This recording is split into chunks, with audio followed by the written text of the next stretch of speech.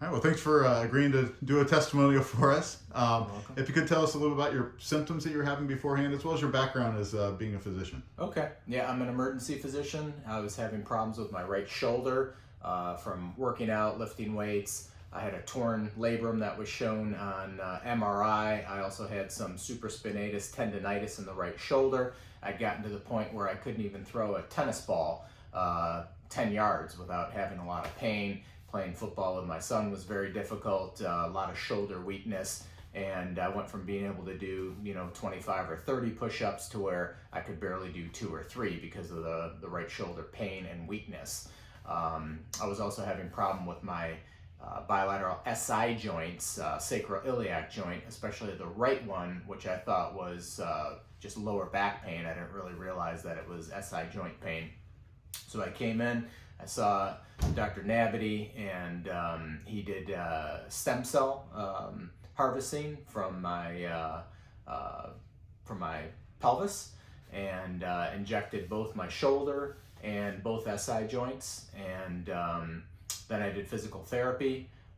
Really no problems at all with the SI joints. I would say within a week, felt much better, and there was really not much of a curve as far as healing with the SI joints.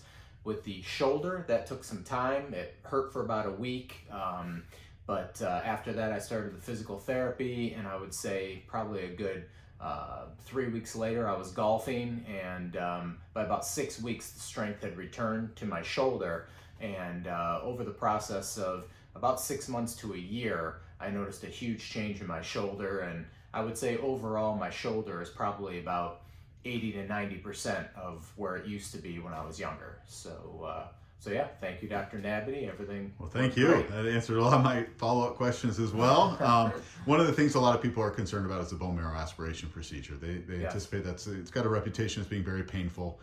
If you can attest to your experience with that and how we did it here. Okay. So it was kind of interesting being a doctor, hearing about how painful bone marrow aspiration is. Frankly, I figured, okay, I'll experience it. So when he had to harvest 2 spots, so he did both sides of my pelvis we had to get a lot of bone marrow because we were injecting 3 spaces basically.